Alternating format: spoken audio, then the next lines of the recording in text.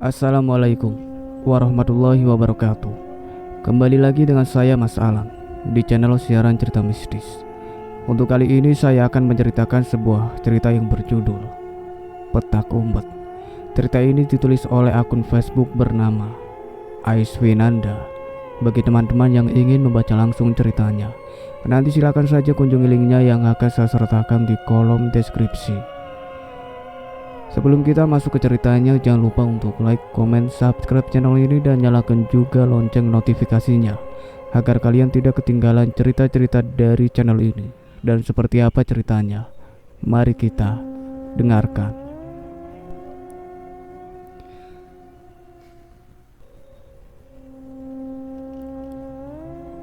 Waktu itu, tepatnya tahun 2005. Saya tinggal di kawasan perkampungan yang berada di kota Medan. Saat itu saya masih berusia 7 tahun dan duduk di bangku kelas 2 SD. Setiap pagi aku berangkat ke sekolah. Jarak sekolah dari rumah tidak terlalu jauh. Saat itu kelasku hanya berjumlah 10 siswa saja, dikarenakan di tahun itu belum banyak penduduk desa yang tinggal di sini. Hanya ada beberapa rumah saja di kampung ini. Hanya banyak persawahan dan pohon-pohon jati yang menjulang tinggi pada masa itu. Tidak seperti sekarang, yang dipenuhi dengan banyaknya rumah. Selepas pulang sekolah seperti anak-anak lainnya, keseharianku hanya bermain saja. Kami biasa bermain di sebuah lapangan yang sangat luas, yang tak jauh dari rumahku. Semua itu kami lakukan hampir sepanjang hari. Dan hingga seketika waktu itu seingatku hari Kamis, kami kembali berkumpul di lapangan tersebut, tapi tidak seperti biasanya. Kali ini kami hanya berempat saja. Aku, Balung, Roni, dan Jeffrey. Saat itu kami bingung mau memainkan permainan apa. Dan tiba-tiba, aku punya ide, kata si Balung. Apa itu? Jawabku. Bagaimana kalau kita main petak umpet? Soalnya kan kita udah lama gak main petak umpet. Boleh juga tuh, jawabku lagi. Tapi mau main di mana? Di sini kan lapangannya luas. Mau ngumpet di mana? Sahut si Roni. Bagaimana kalau kita main di halamannya Pak Lukman? Menurutku di sana tempat yang pas untuk main petak umpet, ucap Balung. Setelah semua setuju, berangkatlah kami menuju rumah Pak Lukman. Oh iya, di kampungku Pak Lukman ini bisa dibilang orang yang cukup berada atau kaya, karena rumahnya yang cukup besar dan lantainya pun sudah memakai keramik. Sangat berbeda dengan rumah kami yang hanya beralaskan tanah. Pak Lukman hanya tinggal berdua bersama istrinya. Mereka belum mempunyai seorang anak. Dan yang aku dengar dari mulut orang-orang, katanya Pak Lukman ini bisa menyadarkan orang-orang yang kesurupan dan bisa juga menyembuhkan orang yang sering diganggu oleh makhluk halus atau ketempelan. Itu sih yang aku dengar dari orang-orang pada masa itu. Dan singkat cerita, tibalah kami di depan halamannya Pak Lukman. Ternyata di sana sudah ada Nining, Rizka, dan Sari. Mereka ini teman sekelas kami dan teman yang biasa main di lapangan juga. Mungkin karena sering kami gangguin, jadi mereka pindah jadi main di sini. Woi, ucap si Balung. Apa? Ngapain kalian kesini? Ucap Sari. Suka-suka kami lah, ucap Balung lagi. Seperti anak-anak perempuan pada umumnya, permainan khas di kampungku. Ya apalagi kalau bukan main masak-masakan. Dan tanpa menghiraukan mereka, kami pun memulai permainan kami. Di awal permainan, Roni yang dapat giliran berjaga, hingga kami semua dapat giliran berjaga. Dan karena keseruan bermain, kami semua hingga lupa waktu. Saat itu hari sudah hampir menjelang maghrib. Kala itu giliran aku yang berjaga. Waktu aku sedang menghitung, teman-temanku pada sibuk mencari tempat persembunyian. Dan tak lama, anak-anak perempuan pun beranjak dari tempat dan pada pulang ke rumah masing-masing, dikarenakan hari sudah terlalu sore. Saat itu aku masih menghitung. Tiba-tiba Balung dipanggil oleh ibunya, dan ibunya menyuruhnya untuk segera pulang. Dan Roni pun ikut dengan mereka tanpa memberitahuku. Dikarenakan sudah sepi, Jeffrey pun meninggalkanku sendirian. Dan saat selesai menghitung, aku mencoba mencari mereka. Karena hari sudah hampir memasuki maghrib, aku agak sulit menemukan mereka. Saat aku berkeliling, aku melihat anak-anak perempuan masih berada di tempatnya. Aku pun bertanya ke mereka,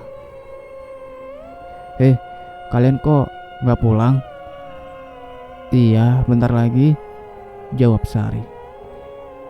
Di sini aku agak aneh melihat tingkah mereka, karena mereka berbicara tanpa menoleh sedikit pun ke arahku. Kalian ada lihat orang ini nggak? Oh, tadi aku melihat Balung bersembunyi di bawah kursi di depan teras rumah Pak Lukman, jawab si Sari.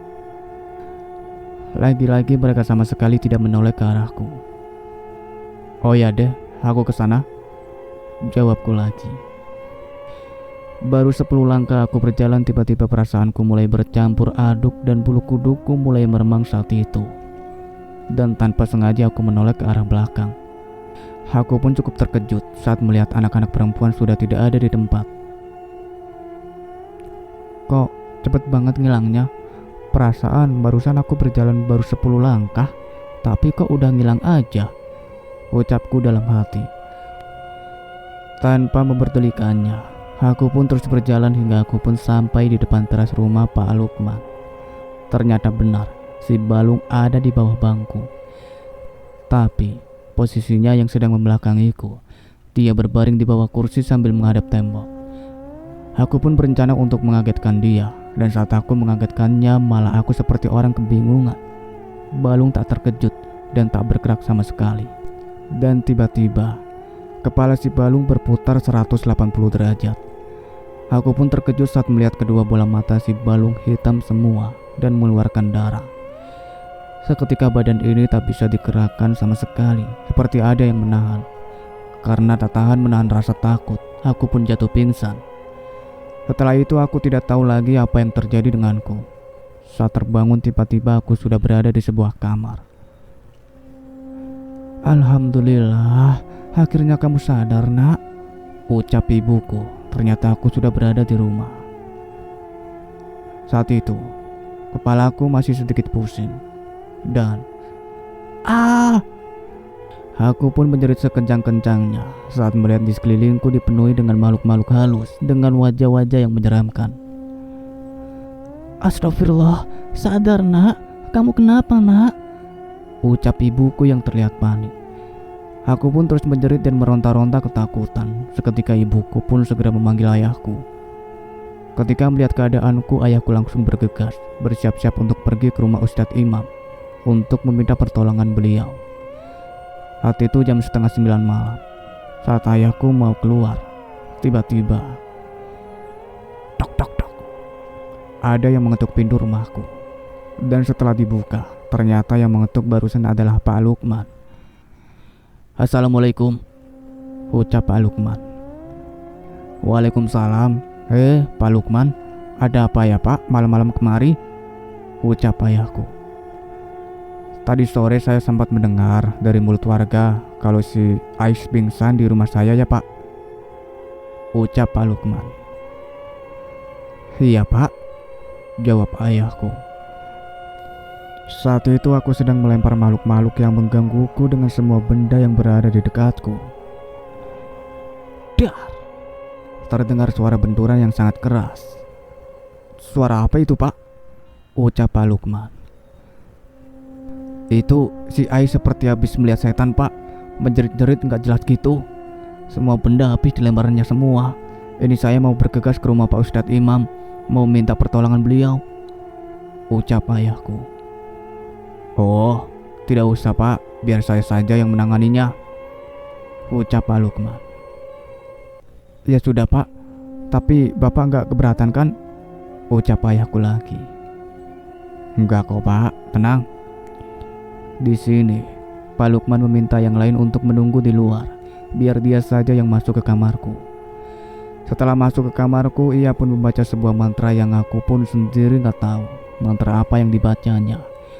Dan tak butuh waktu lama setelah mendengar mantra itu, tiba-tiba pandanganku perlahan-lahan mulai gelap.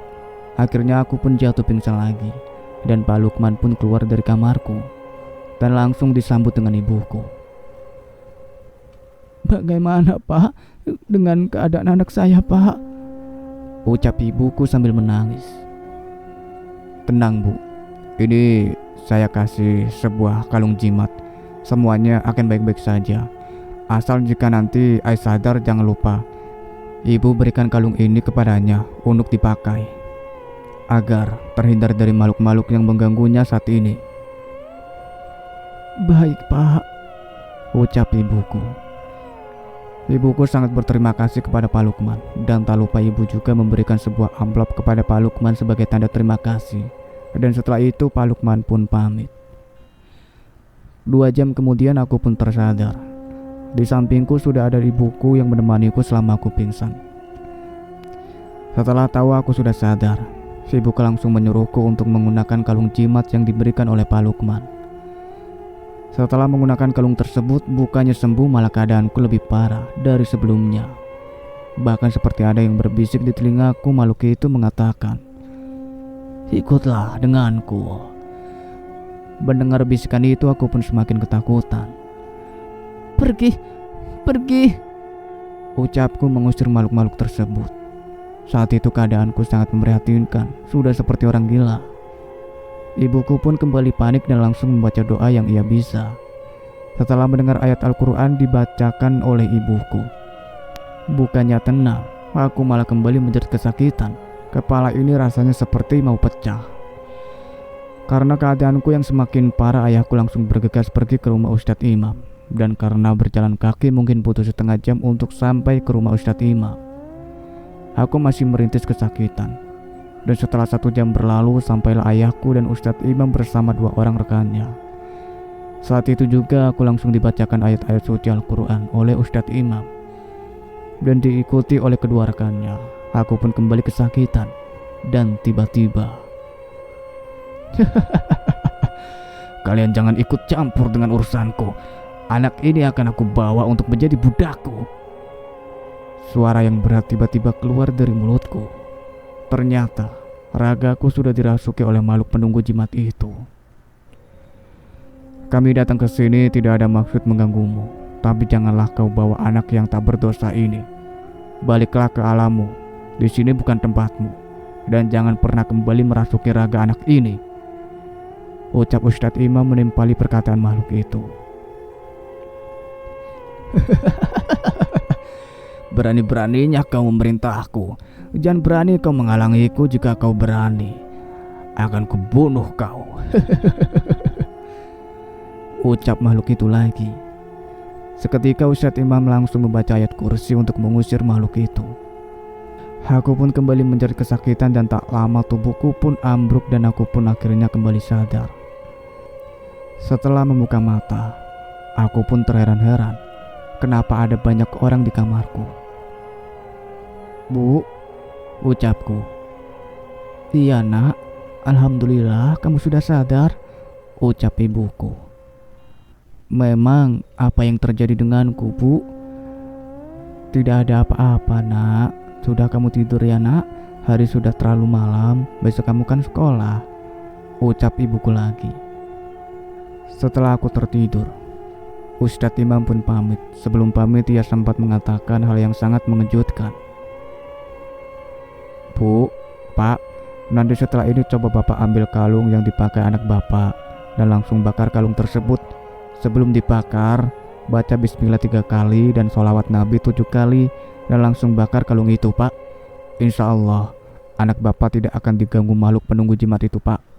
Sepertinya ada yang berniat ingin menumbalkan anak Bapak pada makhluk gaib untuk memperkuat ilmu hitam Pak, ucap Pak Ustadz. Dan Ustadz pun bertanya lagi, dari mana Ais mendapatkan kalung tersebut? Tadi diberikan oleh Pak Lukman Pak, ucap ayahku. Astagfirullah, kok tega ya Pak Lukman berbuat hal seperti itu. Ya sudah Pak, Bu, saya pamit. Assalamualaikum. Waalaikumsalam. Ini Pak, saya ada sedikit rezeki untuk Bapak, ucap ibuku sambil memberikan sebuah amplop. Tapi di sini Pak Ustadz malah mengembalikan dan menyuruh ibuku untuk menyimpannya saja, dikarenakan saat itu kami termasuk keluarga yang kurang mampu. dan tak lama Ustadz Imam pun pamit. Malam itu aku tertidur dengan pulasnya karena kelelahan. Dan keesokan harinya, aku terbangun dan ingin pergi mandi untuk pergi ke sekolah. Saat keluar kamar, ibu tidak ada di rumah. Aku mencari ibu ke belakang rumah. Ternyata hari sudah siang dan aku tidak dibangunkan oleh ibuku. Dan di belakang aku melihat ibuku sedang membakar sesuatu. Saat aku tanya, ibuku tidak menjawab dan menyuruhku untuk makan. Sebelum makan, aku pergi mandi terlebih dahulu. Saat ibuku selesai membakar kalung itu, ibuku segera masuk ke dalam rumah. Saat itu pintu kamarku terbuka. Ibuku melihat aku sedang terbaring di kamar. Karena kejadian tadi malam, ibuku berpikir mungkin aku sangat kelelahan. Ibuku pun menutup pintu kamarku. Ketika berbalik badan, ibuku kaget melihat aku sudah berada di depannya. "Loh, kamu habis dari mana?" ucap ibuku. "Awak baru dari kamar mandi. Emang ada apa, Bu?" jawabku. "Nggak ada apa-apa. Ya udah, pakai baju sana. Habis itu makan," ucap ibuku. Hari ini aku di rumah saja karena masih trauma soal kejadian semalam. Dan singkat cerita, beberapa minggu berlalu, saat masuk ke sekolah kami kedatangan murid baru yaitu Fahri. Fahri ini baru pindah ke kampung kami. Ia anak tunggal sama sepertiku. Fahri ini anak yang pendiam dan tidak mudah bergaul. Mungkin karena masih baru, jadi dia agak malu-malu. 5 hari kemudian, saat kami berkumpul di lapangan, tiba-tiba Balung datang dan mengatakan kalau tadi dia melihat Fahri bermain seorang diri di depan rumah Pak Lukman. Mendengar hal itu, kami berniat untuk menyusul Fahri karena kami tidak mau kalau hal yang sama akan terjadi padanya. Saat kami tiba di rumah Pak Lukman, ternyata si Fahri sudah tidak ada. Mungkin dia sudah pulang ke rumahnya. Tetapi entah kenapa tiba-tiba aku merasakan hal yang buruk akan terjadi. Ketika di rumah, perasaan buruk itu terus menghantuiku. Hingga keesokan harinya saat tiba di sekolah, aku sedikit lega karena tidak terjadi apa-apa dengan si Fahri. Perasaan buruk itu pun langsung menghilang dari pikiranku. Tapi lama-kelamaan ku perhatikan tingkah si Fahri kok berbeda. Terkadang dia suka ngomong sendiri. Aku dan Balung mencoba menghampiri Fahri dan aku pun bertanya, "Kamu ngomong sama siapa sih?" "Oh, ini kenalin temanku namanya Devan," ucap si Fahri. Aku dan Balung pun saling pandang. "Udah gak waras ini anak," ucap Balung. Aku pun langsung menyenggol Balung untuk diam. Dan tanpa basa-basi aku dan Balung pun meninggalkan Fahri. Dan ketika sore hari kampung kami digegerkan dengan kabar hilang si Fahri. Aku yang mendengar hal itu cukup terkejut. Warga kampung pun membantu mencari keadaan si Fahri. Kata ibunya terakhir dia lihat main di belakang rumah. Saat malam tiba, Fahri belum juga ditemukan. Kami pun pulang ke rumah masing-masing. Keesokan harinya pas hari Minggu, saat libur sekolah, sekitar jam 7 pagi, aku mendengar bahwa Fahri telah ditemukan oleh Pak Manto di sebuah pohon bambu. Mendengar hal itu aku pun cukup senang. Tapi kesenangan itu hanya sementara saja saat aku dan kawan-kawan tiba di lokasi. Aku pun tertunduk lemas dan nafas ini terasa sesak saat melihat jasad temanku Fahri berada di atas pohon bambu. Dan yang anehnya batang pohon bambu yang segitu kecilnya tidak patah saat menahan badan si Fahri. Warga kampung cukup kesusahan menurunkan jasad temanku itu karena terjepit oleh batang-batang bambu tersebut. Di situ kami keheranan dibuatnya. Bagaimana cara ia bisa manjat pohon bambu sampai setinggi itu? Dan setelah berusaha payah akhirnya jasad temanku itu berhasil diturunkan. Dan setelah berhasil menurunkan jasad si Fahri, kami pun beramai-ramai mengantarkan jasad tersebut. Begitu sampai di rumahnya, betapa terpukulnya kedua orang tua si Fahri saat melihat anak semata wayangnya kini telah tiada.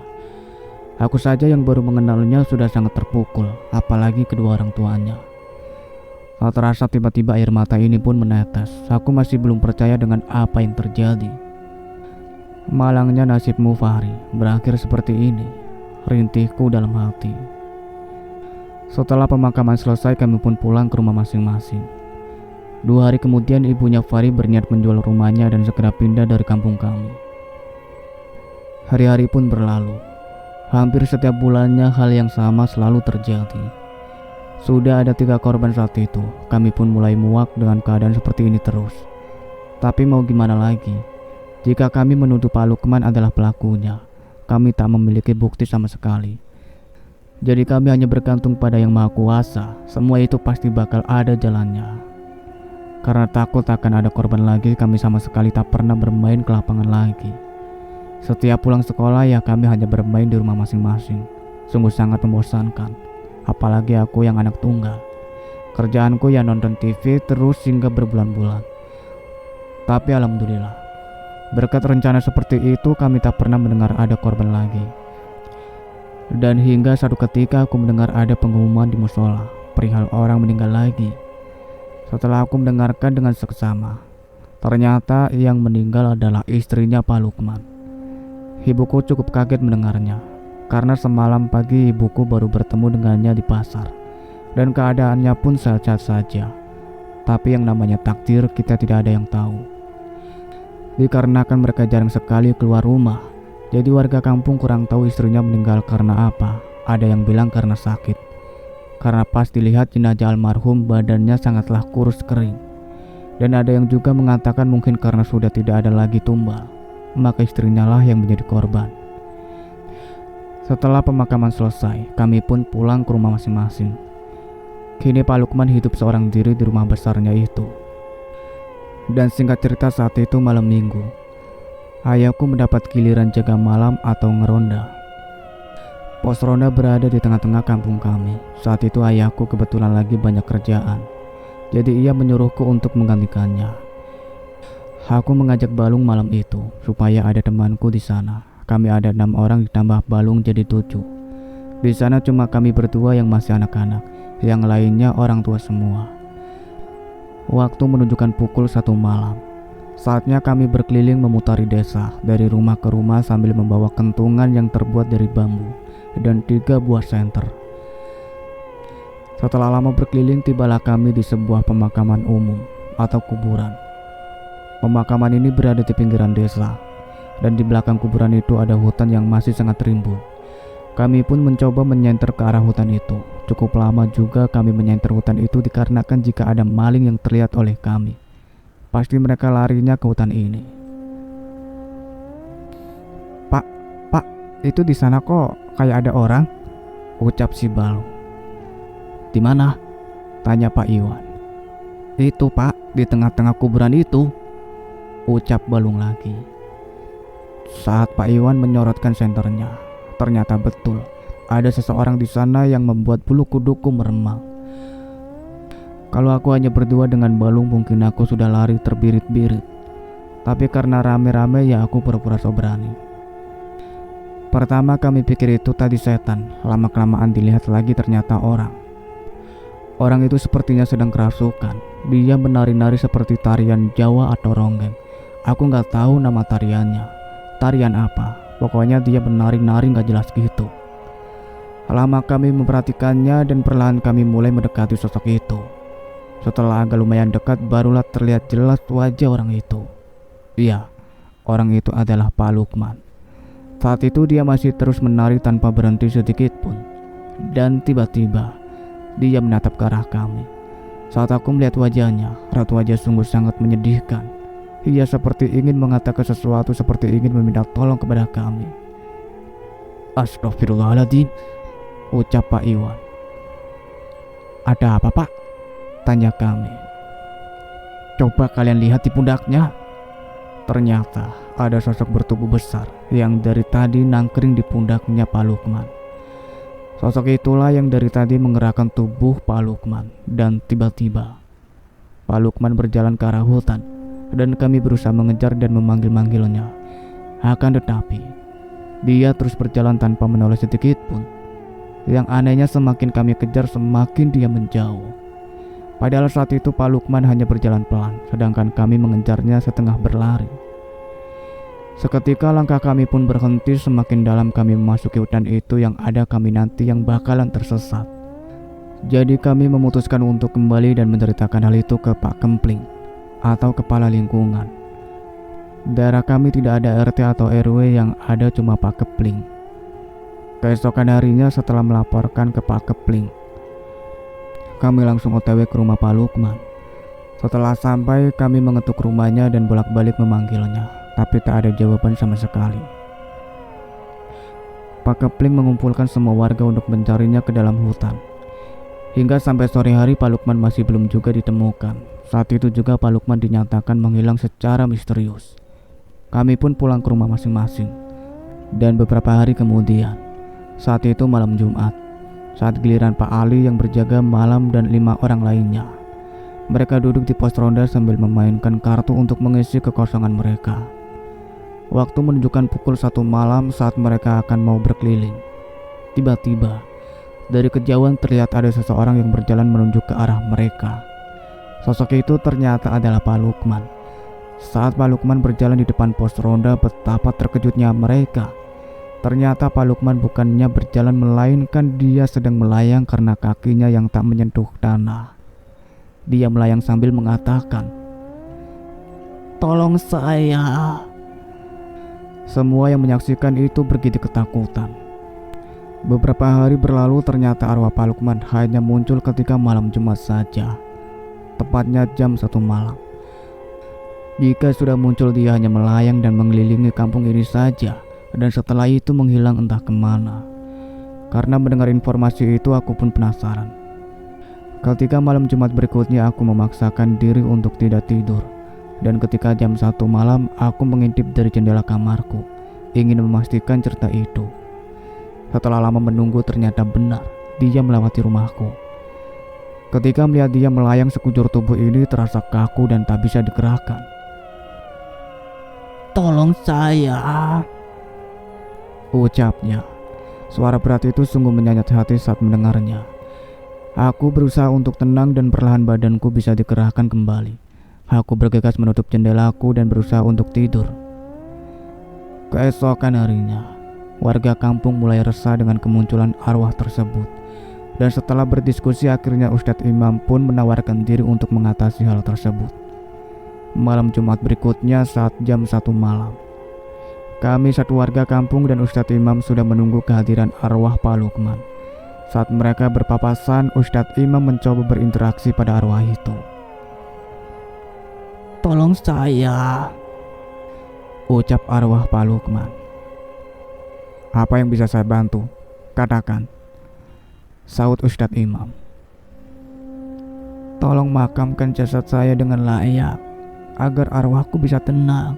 Dan aku juga ingin meminta maaf kalau selama ini aku sudah banyak menumbalkan anak kecil untuk mendapatkan harta dan kekayaan yang melimpah." Perkataan itu didengar oleh semua warga, dan ada beberapa warga yang tidak terima dan tidak sudi membantunya. Akan tetapi, sebelum kami kemari, kami sudah buat perjanjian dengan Ustadz Imam. Kalau Ustadz Imam mau turun tangan, kami harus menuruti apa yang diinginkan Ustadz Imam saat itu. Saat itu Ustadz Imam meminta semua warga untuk memaafkannya dan akan memakamkan arwahnya dengan layak. Dan terpaksa dengan berat hati mereka yang tidak terima, tidak bisa membantah permintaan Ustadz Imam. "Tapi saat ini kami tidak tahu keberadaan jasadmu, Pak Lukman," ucap Ustadz Imam. "Jasadku berada di kamarku." Setelah mengatakan hal itu, arwah itu pun tiba-tiba menghilang. Dan keesokan harinya beberapa warga berkumpul di rumah Pak Lukman. Ternyata rumahnya terkunci. Dan terpaksa kami pun mendobraknya dengan paksa. Setelah pintu terbuka, tercium aroma bau busuk yang sangat menyengat. Selama ini tidak pernah tercium oleh kami dikarenakan rumahnya sangat tertutup dengan rapatnya. Setelah masuk ke kamarnya, akhirnya kami menemukan jasad tersebut dengan keadaan sudah membusuk. Rasanya ingin muntah saat melihatnya. Dan singkat ceritanya, jasad tersebut sudah dimakamkan dengan layak. Setelah peristiwa itu, akhirnya tidak ada lagi hal-hal yang aneh yang terjadi di kampung kami. Itulah akhir dari cerita yang berjudul Petak Umpet, yang ditulis oleh Kak Ais Winanda. Terima kasih banyak untuk kalian semua yang sudah setia mengikuti cerita ini sampai selesai. Nantikan cerita-cerita terbaru lainnya dari kami. Sebelum Mas Alan pamit, jangan lupa untuk like, comment, subscribe channel ini, dan satu lagi bunyikan loncengnya. See you in the next video. Wassalamualaikum warahmatullahi wabarakatuh.